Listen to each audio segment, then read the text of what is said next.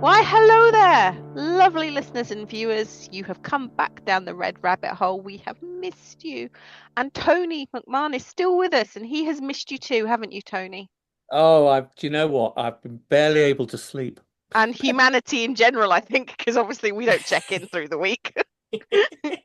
And of course, Lisa Shepherd is with me. Hello, Lisa. I'm here, yeah. Yeah, I've just spent all week listening to Tony actually. Just tell me more stuff about history. I've enjoyed it. I think that's why he couldn't sleep, because I just kept poking him with a stick and going, "Tell me more! And Tell trying me to more! do our I Jack want the to know Ripper musical. more!" I want to Yes, sleep. yes. And I've been on the phone to Lin Miranda Manuel. Oh, I think okay. if anyone can make a musical out of out of the live, I think he can. I think he can do it. I have faith. Okay. And of course, I forgot to introduce myself as I always do. So I am author NV Peacock, otherwise known as Nikki. And we are, for this episode, going to go way, way back, much further than Jack the Ripper. We're going to go back to the Knights Templar. So, Tony, you've written a series of books regarding the Knights Templar. So, give us a little bit of a potted history about how they got going and what they were like and what Yeah, we're going to be talking about. I won't get too technical because we want to get to we want to get to the The sleazy juicy stuff stuff. about Yeah, we the want the juicy juicy stuff. But stuff. so the kind of basically the first book I wrote was kind of a very sort of straight history of the Templars. So you remember this, the Crusades. The Pope Urban II calls for a crusade because basically there's a bunch of people, the Seljuk Turks, who are invading the Middle East. The Middle East, actually, at that time, by the way, was quite a mix of Christian, Muslim, Jewish. It was a lot more mixed, in terms of religious terms. And there was a big empire, the Byzantine Empire, which was Christian, and they were being attacked by the Seljuk Turks, who are Muslims. So the Pope calls a crusade. Hope you're following this. And so basically, in 1099, Jerusalem is actually taken from Muslim control to Christian control, and a load of Crusader kingdoms are created in what's now Lebanon, Israel, Jordan, bit of Egypt, that part of the world.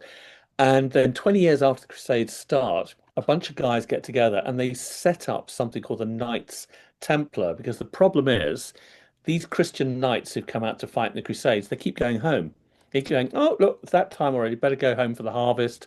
My wife will be missing me, blah, blah, blah. So the Templars kind of set themselves up like a monastic brotherhood. They live poverty, they live chastity, total obedience, they have a rule book, and their whole life is military training and prayer, basically. And they wear the same uniform and they're ultra disciplined and they stay in place in the Holy Land to defend it. And they become this kind of heroic order that, believe it or not, even though men have to be chaste in the Templars, lots of young medieval men say, I want to be part of that. And they join the Templars to be part of this kind of military monastic order. So that's the Templars, Sounds basically. like a cult. Well, it is kind of because they've got a rule book. They're only directable, accountable. They're totally accountable to the Pope and nobody else. So they have a Grand Master, and they are kind of like a semi-secret kind of organization that, I mean, you could compare them in a way to the Freemasons now, and the Freemasons do actually compare themselves to the Templars. But yes, they are kind of like there is kind of a lot about Templars that's kind of cultish. And you join this thing and you have to live by. There's no laughing, there's no gambling. You can't obviously go with women in camp, which is what soldiers do. And you have to live this ultra, ultra strict. And when you're in battle, they are the first in and the last out, And a lot of people hate them, by the way, because they get quite rich. They're very good at raising money. They have like what they call commanderies all over Europe that are like, doing farming and trading to make money to fund what they're doing in the Holy Land. They get quite rich, they get quite powerful. They do a bit of banking on the side, and nobody likes bankers. So they're not after that. And eventually, after 200 years, the King of France decides to destroy them. And they have this catastrophic fall where they're put on trial and they're imprisoned and they're tortured. And the last Grand Master is burned to death near Notre Dame Cathedral in Paris, and that ends the Templars. And it's such a spectacular fall that, of course, ever since people have been saying, "Well, what was that all about?" And of course thinking all kinds of things, and what were the Templars really up to, and why were they crushed? Because it's so bizarre. They had this spectacular rise and this completely momentous fall from grace, and were annihilated basically. Well, if you go up, you can only come down, really, can't you? Oh, that's it. Pride before a fall, and they definitely, Mm. they definitely fall. I mean, there are other military orders like the Knights Hospitaller and the Order of Lazarus and so on, which continue, but the Templars are literally stamped out, and they're accused, by the way, of in that people to justify stamping them out. The arrest warrants say that they spat on crucifixes. We're getting into the juicy stuff now. That they spat on crucifixes, that they kissed each other on the base of the spine in their rituals, that they worshipped the head of a demon, Baphomet, which you'll know from every heavy metal t-shirt, going. And yeah, and that they were heretics, they were traitors, they were diabolists, Satanists, etc. So the whole rule, the whole legal book is thrown at them. I mean, it's impossible for them really to come back. And the confessions are tortured out of them. Um, and eventually, as I say, the last Grand Master, Jacques de Molay, tied to a stake in one of the islands in the middle of the River Seine and burned to death in the year 1314. And that's it. Oh. I mean, my question is, who did they upset? This feels to me that they upset someone and they took a disliking and they decided you're done for. I Well, think it. so, oh, go on, no, Oh, go, I was going to say, I thought it was kind of put about that the King of France at the time owed them quite a bit of money, and rather than pay it back, he decided he was just going to wipe them out. Yeah, I mean, the people involved in lending money, I mean, the Jewish communities in Europe, because they were barred from doing anything else, got involved, and they often suffered because people wanted to cancel their debts, and the way they did that was attack the Jews and sort of burn their houses down in the hope that the records would also be burnt down, and the Templars as well. They set themselves up as bankers. They ran a kind of bank check system where people could, put money in their commander in London and take it out in Jerusalem without carrying a big chest of gold with them, which is a great idea for the time. But they lent money. They also got involved in collecting loans for other people using their military muscle. So yeah, they made a lot of enemies, and the King of France was badly in debt to them. But what I argue in my latest book, Downfall of the Templars, is that I think the King of France, King Philip IV of France, Philip the Fair, they called him because apparently he was very handsome. Um, I think he genuinely believed some of the stuff that he accused the Templars of. So all the kind of satanic, diabolic stuff. I think there's evidence that he did actually believe some of that stuff, and he actually thought the Templars were exactly as described. They were linked to a lot of kind of mystical things, weren't they? The sort of and magical. So they were linked to like the Ark of the Covenant. They were linked to the Holy Grail, and that they'd ransacked King Solomon, who was very well known for conquering demons and having demons build his temples and do his stuff for him. So, and this is when mainstream historians start crying, by the way. Oh, is it? Okay. Yeah, no tears from here. They go, no, not this stuff again. But no, I mean, so Not the basically, demons, not the demons. the Holy Grail. But no, so basically, the Holy Grail is an interesting one because that connection is actually made through one of the King Arthur stories that was told at the time that the Templars existed in a story called Parzival about a heroic prince, and he goes to the Grail castle to find the Grail, and it's guarded by these people called the Templars, and it was written in German, and a lot of people thought the Templars is the Templar Knights, so that's how that connection was made. The Holy Grail, by the way, what is the Holy Grail? My God, that's a whole podcast there. But is it a cup that collected the blood of Jesus at the crucifixion that his uncle, basically Joseph of Arimathea, used to collect some of the blood, and it had magical powers? Was it a stone that was in the crown of Lucifer that popped out when Lucifer was thrown out of heaven? That's another theory. And then we know from the Da Vinci Code, was it the bloodline of Christ, We're etc.? not bringing Dan Brown. I know. It gets into everything. And so, where the Templars set up to kind of, but they have become associated with the Grail, where they set up to essentially to protect the Grail. And then, as you say, another thing you said there was about King Solomon, because the Templars are called the Templars because they were the Knights of the Temple of Solomon. They were based on, what we call the Temple Mount in Jerusalem now, often in the news for all the wrong reasons. But that Temple Mount is a platform on which once stood an enormous temple built by King Solomon. The first temple was built by King Solomon and it was destroyed by the Babylonians. Then Herod, famous for, killing the innocents and going after Jesus, built the second temple, and then the Romans destroyed that. And so when the Christians conquered Jerusalem, they thought that Temple Mount was the site of the Temple of Solomon. And they're kind of correct in that. That's where the Jewish temple was. Now, the theory about the Templars is that they deliberately based themselves there so they could dig down and find sacred treasures, because the Ark of the Covenant went missing after the first temple was destroyed. And the Ark of the Covenant, if you remember, was this magical chest that had, deathly powers. And you'll remember that from your Indiana Jones stuff. Kills Nazis. Yeah. Exactly. It kills Nazis. It kills anybody who looks inside it. And in the Bible, it does say that it kills thousands of people who come anywhere close to it or look at it or even touch it in one case.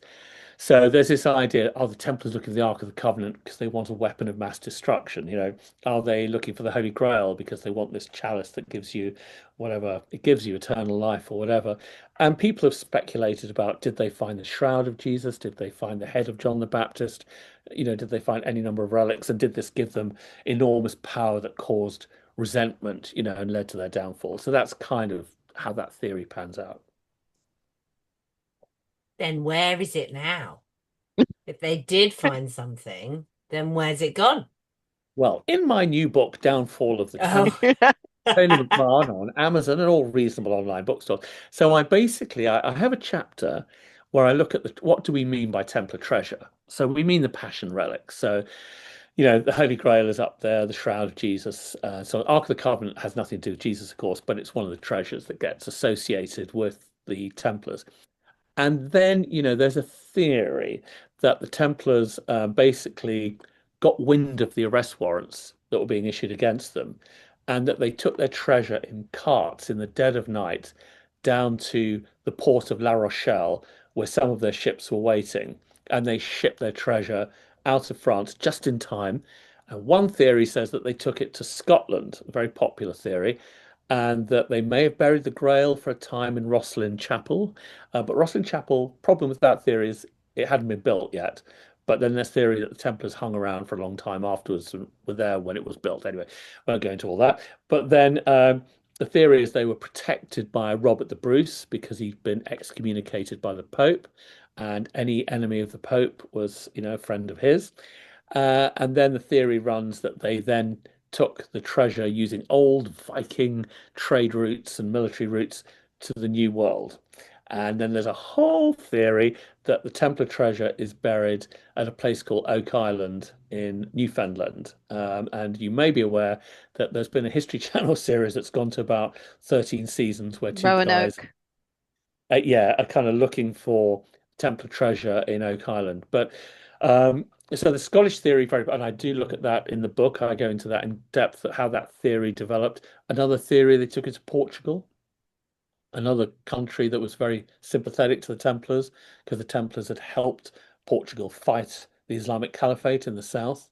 And the king there, he didn't torture and imprison the Templars. He renamed them. He called them the Order of Christ and rebranded them, and they were able to just carry on as usual under a new name. But the king insisted that he was put in charge, but he was the new kind of Grand Master. So where did the treasure go? It could be in Portugal, could be in Scotland, and of course, it could be in the New World. But what's the point of the Ark of the Covenant? Because you to use it, you'd have to open it, so you'd be killing yourself. Well, I think that so what they used to do, I mean, if we go from the Old Testament description of it, so it contains the Ten Commandments. It's this chest that Okay. God basically told Moses the exact specifications, materials, and so on for this chest. So they build this chest. It's during the Exodus when the Jews are fleeing Pharaoh. They basically, you remember Moses comes down with the Ten Commandments, and then this chest is created to kind of keep the Ten Commandments. And it also has things like the rod of Aaron and some of the manna that fell down from heaven, you know, the bread that fell down to feed the Jews during the Exodus. Um, and then the story in the Bible is that this chest was carried by the priests in front of the Jews, and nobody was allowed to even touch it. There's one guy who steadies it when it looks like it's going to fall over, and he dies. You know, and he's on the Jewish side. You know, he dies because he's touched it. Um, and when they get to Jericho, which is one of their first big battles to take the Holy Land, you know, the Jews arrive in the Holy Land, they parade, if you remember, they parade with the Ark of the Covenant round the walls. They blow their horns, and the walls of Jericho come tumbling down, as the song, the old, you know, gospel choir song says. So that's the idea: is that the Ark of the Covenant has this kind of, you know, power that works for the Jewish people that basically brings walls down, protects it. And then basically, when they build the temple in Jerusalem, they put it into a room called the Holy of Holies, and only the high priest is allowed to go in there. And anybody else who goes in there is you know is punished by death, basically. So that's where it's kept until the Babylonians come, smash and destroy the temple, and then it just disappears. And there's all kinds of theories about where it went. Was it It's hidden in the mountain? definitely in someone's loft. It is, yeah. It's It's definitely, it's going to be one of those random, you know, when people are like, oh or in a yeah, it's this lockup amazing that someone painting. finds in Yeah. one of those lockups that someone stops paying the bills for that gets auctioned off. And you'll be Yeah. like, oh God, what is that box? Poof, and down you go. Well, there's all. I mean, there. I think I'm right in saying there's been about 25 Holy Grails around Europe. There's one in Genoa. There's two in Spain. I know there's one in the Middle East. There's one in Wales. Believe it or not, it's a broken wooden cup, the Nantios cup. So lots of people have claimed to have that. There was a claim, I think it was about a couple of years ago. Somebody tried to argue that it was the Holy, the Ark of the Covenant was buried under a 16th century house in, I think it was Staffordshire.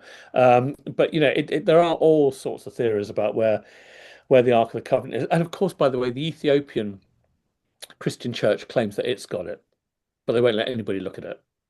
Oh, they'd die anyway if they did this again. You don't want to look at it, but you know, No. all these things get linked to the Templars, so it is. Oh, and by the way, we've got to mention. Sorry about this, but in relation to the Templars and the Grail, I'd be very remiss, and I do have a chapter on this in the book, not to mention the fact that the Nazis got in on the act as well. So Heinrich Himmler sends this archaeologist who's a gay archaeologist, may have been Jewish. He doesn't talk about his sexuality openly, but it was known. And so he's obviously in a very difficult position working for the Nazis, but he's a well-known medievalist archaeologist. He's sent by Himmler and the Nazis to go and find the Templar treasure because, you know, Himmler's got this crazy idea that if they find this treasure, you know, the Third Oh, Reich will be win. invincible, blah blah. And this actually happens. It's completely bonkers.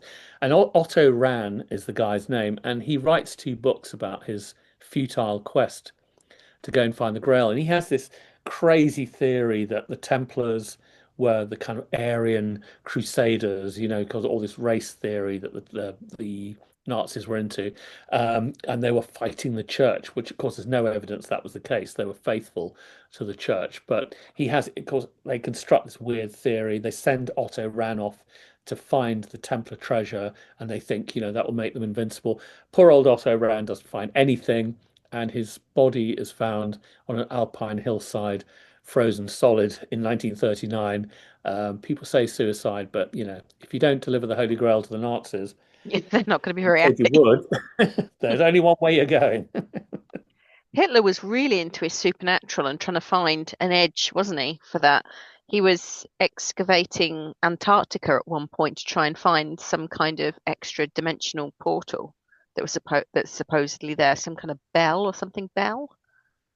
Yeah, I mean, well, because it was this whole thing about well, they wanted to try and prove the Aryans came from, anywhere but Africa, basically, and preferably somewhere northern and icy, so that they were sort of like heroic northern kind of Mm. Viking type sort of thing. It was all kind of totally ahistorical and unscientific. But yeah, I mean, Hitler and Himmler, were trying to push this kind of race theory. And, in the Indiana Jones movies actually do draw on a lot of that because they Mm. did do an expedition to Tibet, for example, and they did go around Europe looking for these holy relics. And it's absolutely bizarre, that they kind of took this kind of thing seriously. And they loved the whole Parsifal story, that Arthurian story I mentioned that links the Templars and the Grail. Because, I mean, Wagner, who was the Nazis' favorite composer, wrote an opera based on the Parsifal story, which it's almost like the Nazis sat there taking notes, going, "Oh yeah, well it might be there, it might, oh yeah, taking it terribly seriously." But yeah, they didn't get the Grail, thank God. See, I can see the point of the Grail because it's meant to heal and stuff and give eternal life. But the Ark of the Covenant, I still can't see the point of it, apart from like dumping it into a place that you want to kill everyone as a nuclear bomb, basically.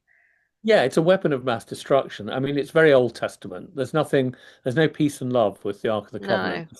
This is all about zapping your enemies, killing everybody in front of you, men, women, and children, which, in the Old Testament, you do get descriptions of battles where it gleefully says, everybody's, being killed and the land laid waste, etc., etc. So that's very much the Ark of the Covenant. It's very Old Testament. Whereas the Holy Grail, and the stories about the Holy Grail, by the way, they develop in what we call, the apocryphal Gospels. The Gospels that were not accepted into the New Testament. So they come up in stories that developed in early Christianity and all the way through the Middle Ages. So I mean, there's even a story that Joseph of Arimathea, uh, Jesus' uncle. Do you know that he's supposed to have come to England?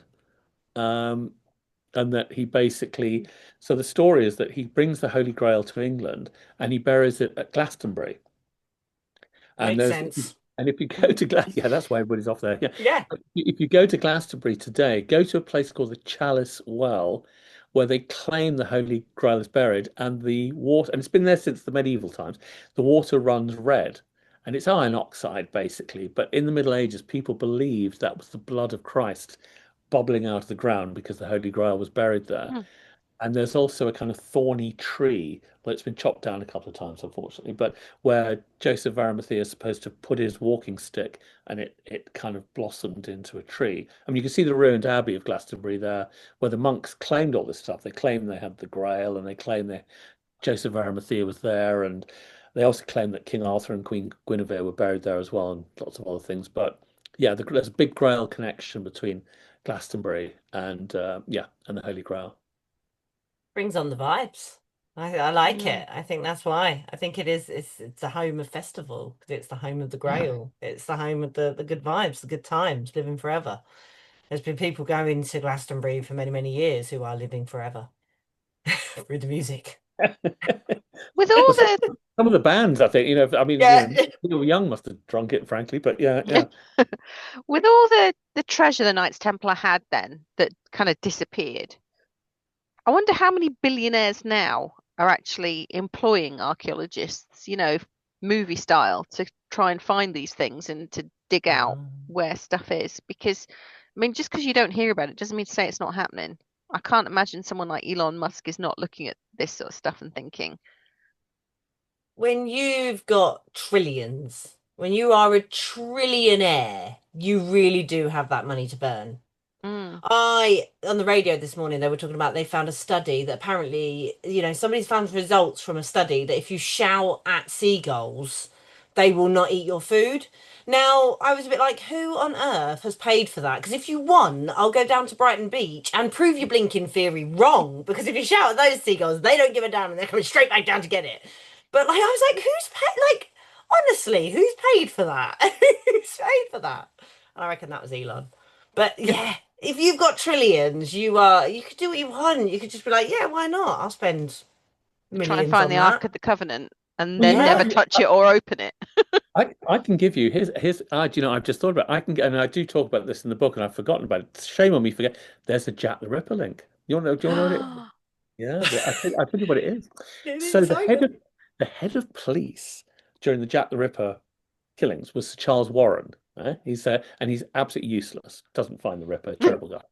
And of course he was a Freemason, which of course has always got people very excited about, the fact he was a Freemason and, did the Masons, hide the true identity of Jack the Ripper. But Warren is also conducts digs in Jerusalem illegally without notifying the authorities. And he conducts digs, guess where? In Temple Mount, underneath. So he goes digging tunnels and he's looking for evidence of the Knights Templar and, sacred treasure and so on, because he's a Freemason. And one of the things, my third book, which will be out next year, is going to be all about the Freemasonry Templar link. But Freemasons, they'll always say to you publicly, well, we don't literally believe that, but privately, they argue that they are descended from the Templars. They say that when the Knights Templar fled with their treasure, they kind of like hid with medieval stonemasons, especially in Scotland. And gradually over time, they kind of merged together. And stonemasons had their own rituals, their own guilds, and the Templars had their rule book, their thing. And so the theory goes they kind of merged, and eventually the Masons became Masons who don't work in stone, who call themselves Masons but are non-stone Masons. So so the Freemasons think they have this kind of Templar heritage. They are descended from the Knights Templar. And Sir Charles Warren, the man who investigates or misinvestigates the Jack the Ripper, is a Freemason who goes to Jerusalem looking for Templar treasure. And when you go to Jerusalem, if you ask, you can see some of the stuff that he got up to, some of the digs that he conducted there. But no Grail, no Grail, and no Jack the Ripper. That's Charles Warren. Well, And you I can't have everything. hope, well, I hope that when he had any kind of review of his conduct, somebody said, well, why are you not paying more attention to what's happening here in Whitechapel and not going off and He had his digging peer around? review. Yeah, yeah, what he had to do. And I'm just going to put it out there, Elon. If you are looking for a really great duo to go off, we've got somebody who's got loads of knowledge, somebody who would go to any lengths, and an idiot.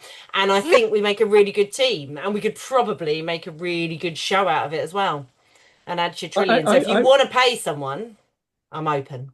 I mean, I will bet you. I mean, if there's a Masonic billionaire, I would definitely think they're going to be interested. But I would have thought, especially because they do love the Templar stuff in the US. There's always, I mean, I do a lot of TV documentaries about the Templars, and it never stops. It's always constant interest. And I always say there's a young kid in Minnesota who's just discovered the Knights Templar. There's always people coming on board. Mm.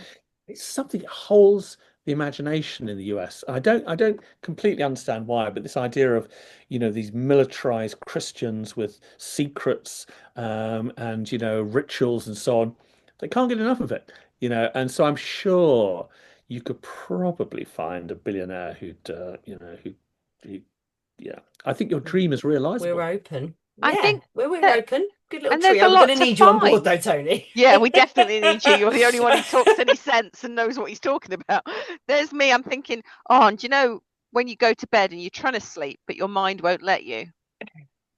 Yeah. Tonight's going to be, if you drank from the Holy Grail, would you be able to open the Ark of the Covenant and Oh, survive?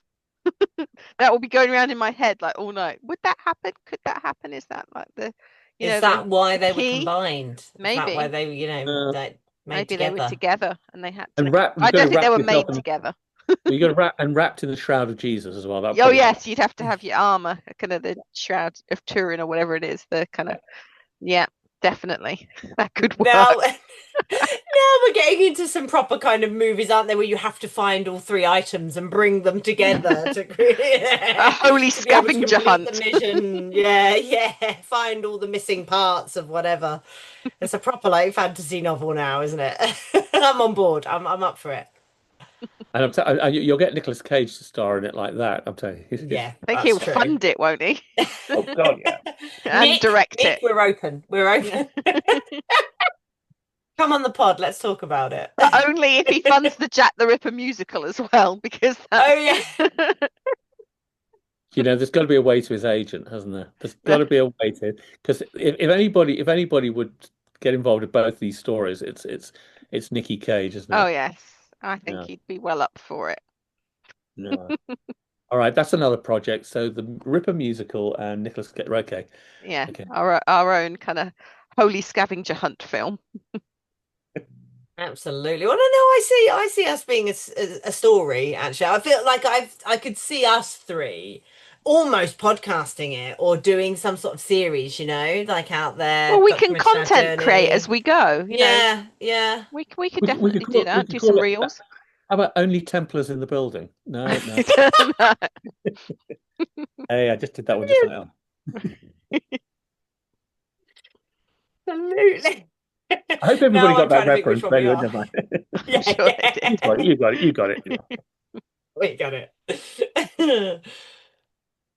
Well then, I know. Well, yeah. I'm is just it my time that mind we've is got to get like, up and oh, you're off it's now, aren't you, Nikki? I Nikki's am. I'm just planning. no, but I'm also thinking all the other stuff they had because they allegedly had the King Solomon's ring, didn't they, that could control the demons, and that there was three other. It sounded very Lord of the Rings when I was reading up on it, but there was like three other rings that could control elements as well that he had that he'd stolen off other demons when he'd summoned them and kept. And there was meant to be like three Knights Templar that had special powers, and they took them from the rings, which sounds very Power Rangery now that I'm saying it out loud, but could be false news or could Oh be. God, I mean, every conspiracy theory gets co-opted into the Templars. I mean, that's the Mm. amazing thing about them.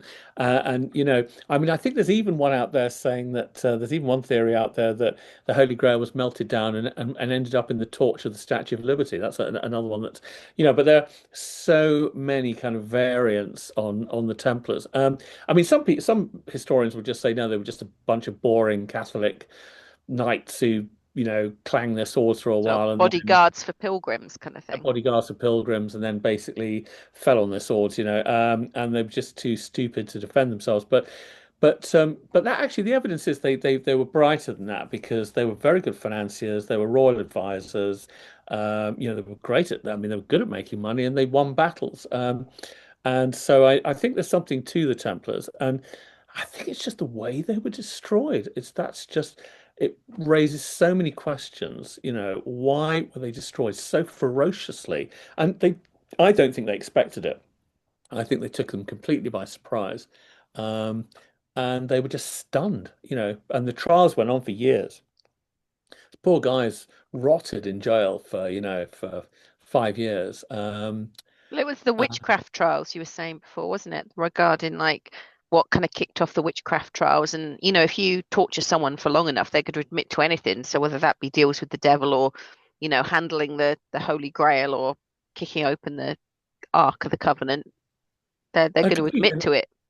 And if you think somebody is basically in league with the devil, you'll do terrible things to them, Yeah. and the church got a lot more relaxed about torture, years leading up to the Templars being arrested, because they were scared of heresy. The Roman Catholic Church was scared, and there were lots of really interesting, rebel heretical movements around. There's one I found the other day, led by a woman called Guglielma, and she was Guglielmo. That's Guglielma, great. and this great name is it? And it was in northern Italy, and she taught her female followers that the next pope had to be a woman, and that the Gospels had to be rewritten from the perspective of a woman. And believe it or not, she got lots of support, even from people in the church who thought, oh, she's all right. And eventually the Pope got wind of it and said, what the hell? And sent the Inquisition down and, burnt a few people and stopped it. But there were lots of these heretical movements. And I think, the Templars got swept up in this. And, as I say, the church then began to sex up heresy charges with witchcraft, sorcery. And then eventually, of course, that unleashed this horrible 300 years of witchcraft trials, and there were these guidebooks written, the Malleus Maleficarum and all that, basically how to go witch hunting. And I think the Templars were the first witches, basically. And men did get burned as witches as well as women. It was, I mean, it's predominantly women, but men did get it as well. So, yeah, I think the Templars were treated like witches. I Bagsy, the main part for the what was her name? I can't say it. Googly. Google them. Guglielma. Googly Googly Elmer. I want to be Elmer. Googly Elmer. Yeah, I want to be Googly Elmer in that movie because I think that's also going to be a great movie. She sounds amazing. I want to be the Knights Templar who touched the Ark of the Covenant to steady it, because then I'd be like down for the rest of the Yeah. I'd have a very small part that I'd have to learn. Small but important part. There are no Small small but parts, Nikki, important. just small I know. actors. Yeah. Yeah. Just touch it. Ooh, boom. I just want to be anybody who didn't get burned to death. I just that's the worst way to go. Yeah, but yes, yeah. I don't want to be King Yes. Tut. I don't want to be the baddies. I'd like to be a goodie who gets away with it. Tony, if you could live in any period of history, knowing everything that you know of history, what would you choose? I gotta admit, going back to the last episode, I am quite intrigued by Victorian London. Mm. That kind of Sherlock Holmes era. I won't say Jack the Ripper. That's who I want to be. That kind of Sherlock Holmes, that kind of London, yeah, Victorian London. Mainly because I've got the beard and I've got moustache and I've got some tweed upstairs. So I can dress You're the all part. set. I'm all set. A gentleman's club and all that jazz. So yeah, no, I think Victorian London. I think I'm in the wrong century. Absolutely. We've Yeah. learned a lot about Victorian England, though, haven't we, Lisa, through other Yeah. podcasts? That Yeah. I it's mean, it is an entire time of rabbit holes, isn't it? Because I mm, think there was just, as you were saying in the last episode, Tony, like this unregulated kind of world where anybody was doing anything, and it was like we've seen all the strange medical instruments mm. and the Yeah. what were the torso things that we talked about, Nikki? The Yeah, the the the torso murders, the Thames torso murders, and the there was Pinchin Street torso, them, and yeah. but what were the medical females? Oh, Was it the the Venus? Venus, the reclining Venus or something. Or What were they called? But yeah, they were like these medical models of fit, but they were purported to be for medical reasons, but they were also really sexualized. So they were always like women with boobs and stuff like that. It's like, but actually, are you opening up? So there was something a little bit dark about the way they were thinking about female form. But yeah, and then there was the chocolatier murderer as well. yeah, the Remember we chocolate talked about poisoner. her, Yeah, a chocolate poisoner. that was like That's Tylenol What a it. murders mean thing back to, then. what a mean thing to do to go poison your Maltesers. But Kind I know it was weird because she Cunt. she bought the chocolates, didn't she? And then she poisoned them at home, and then she had her son take them back to say that they were the wrong chocolates. So the fact they took them back, Yeah. just shows how far retail's come, I guess. No returnsies.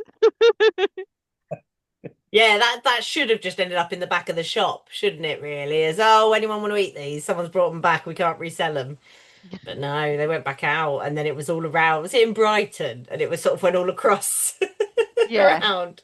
yeah. Yeah. They went back on the shelves. They were quite expensive chocolates. Thinking they went back on the shelves, and the next thing you know, people were dropping like flies.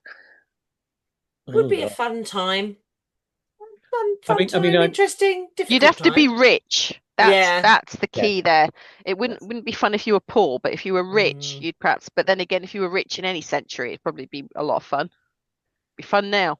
I mean, is there any century where it's fun to live as a woman? If you're a rich woman, A rich woman again? I'd But still argue. even then, I Mm, don't think I get to I I'd think take the it's just money. make babies and quiet down. yeah, it's challenging. I mean, I think even going back to the kind of the Templar period, I think even by then women had really been pushed right down because there was powerful women in the church, and that there's a woman called Hildebrand, a powerful abbess, but Mm. they tended to have to do things like be an abbess, they had to be a powerful nun or something like that, but I mean, actually, no, no, no, actually, there are some powerful queens, of course. Um, Of Eleanor of course, Aquitaine, yes. who's a very Yeah. big supporter of the Templars. She is fantastic. I mean, she wears armor apart from anything else. She's married to the King of France, and she goes to the Pope and says he can't get it up. Basically, I want a divorce. And the Pope goes, all right then. So she divorces and then marries the King of England. Uh, you know, and has this enormous. She rules about half of France, and obviously what's now England. She has enormous the Angevin Empire, and she's this fantastic character, and she bullies the Pope. Writes him letters saying, "Do this, do that. Why haven't you done this?" But there are these amazing, powerful women in the medieval period. There's a woman called the Empress Matilda. Um, there's if you look at the wives of some of the English kings, the queens, Mm, they are wearing the pants. You know, yes, uh, yes. And probably had to pretend they weren't the ones in charge because no one would have listened, or is it the rewriting of history? Is it that it's been written that way at a Been certain written by period men, and to, so yeah. they've not yeah. really. But the only thing is, I don't know. People do ask whether women could join the Templars, and they could be kind of associates. And they had these women called donatas who donated to the Templars. But I don't think there was a kind of a Templar, full-on Templar sisterhood, which is a shame. No, That's a disappointment. Templaress. Yeah, Couldn't be a Templaress. no. Well, if we had been part of the Knights Templar, we'd all know where all the stuff was now, wouldn't we? Because we'd have took That's notes, true. been a Yeah, bit more yeah. organised, maybe. Exactly. There'd be no more mysteries. Yes, it's stupid men who yes, Disorganised men that just yes, kind of rushed off into easily, the night, dropped all their easily stuff. distracted. Yes, If it's men, I think it's probably right in front of their face and they just can't blink and see it. It's like literally right there. It's right there. It's right in front of you. Just look down. It's there. It's Where in the is back it? I of the can't fridge. see it. I can't see it. Yeah. Yeah. I just hid it at the bottom of the washing basket and he never found it. Not that we're playing to any stereotypes here at all. At all. Wow, I think we've once again covered quite a wee bit in Indeed, in our Tony time. did, I know and we we've just kind of cheerleaded him along a little bit. yeah. No, I've Tony enjoyed did the all the ride. I've enjoyed research, the ride. of course, because we wouldn't do any research. That's We what Tony's do here for. sometimes, but I Sometimes. definitely came into our last couple of episodes going, yeah, this is Nicky's specialist subject. I'll be all right. We've got two musicals out of it. We've got a rap musical. We've got Guglielmo the musical, and we're going on a quest with Elon Musk to find the Holy Grail. Yeah. I'm writing it now. That's what I'm gonna be. See, That's you're gonna your- you lay in bed thinking of important questions, Nicky. I lay in bed going, Guglielmo. Just think of the words of my musical for her. So, I'm not Oh. getting a rhyme to watch out. Guglielmo. Not as No, good as again, that's a No. really hard one, is it, Guglielmo? Guglielmo. But it's not even Guglielmo who puts on her armor, is it? Because it could say Guglielmo puts on I think her I'm armor. getting the tune, the Copacabana for the Guglielmo. Guglielmo. Yes. the She was googly. a showgirl or whatever. She was an abius. She Guglielmo. She was a leader with the Bible in one hand and her. Oh, we are going straight to hell. Okay. Oh. Got Yeah, probably. Barry Manilow's lawyers on the phone. Just Oh gosh. yeah. Yeah, actually. Yeah. Oh no, sorry, Baz. Because I love it so much. That's why it's one of my favorite songs. Great, isn't it? It's like a really upbeat, fun song about murder. It is. So we're going to get Tony out of the rabbit hole now. Let him be We'll free. let you free. And he is going to supply some links for his books. So if you do want to read more and learn more about it yourselves, you'll be able to buy his books in great quantity from whichever place you buy your books, whether that be the big ones or the small ones or wherever you buy them. And also links to Tony's website we're going to pop on there as well. So if you want to learn more about Tony.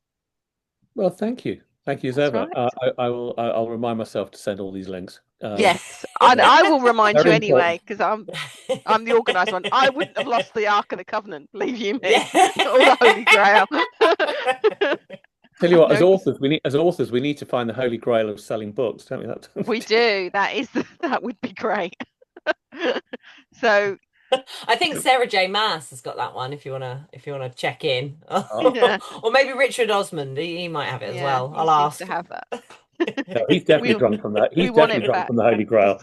The Holy Book Grail. Well, I think thank you. Stephen King passed it on, actually. And Yes, then that's how it definitely. happened. Well, thank you, Tony, for joining us. It's been an absolute Thank you so pleasure to have you much. here. And Red Rabbiters, am I coming up with a good noun? Or Red Rabbiteers! Red They're the Rabbiteers. Red Rabbiteers! Yes, We do join might us be getting a again. bit ahead of ourselves, thinking that we've actually got fans we can call the Red Rabbiteers, but still. If you I want to like join it. us again, then we would be pleased to have you for the next couple of episodes. We should be doing a Christmas one as well, hopefully soon, that you can jingle on into. And do remember Beautifully done. to Love I it. know, it's good, isn't it? And then I go way off script. Yeah. It's It's the endings. We the really endings. struggle with endings, Nikki. I think we ought to take that to therapy. We do well, and then we identify the fact we've done well, and Oh, then yeah, that just we can't all end. goes to pot then. Yeah.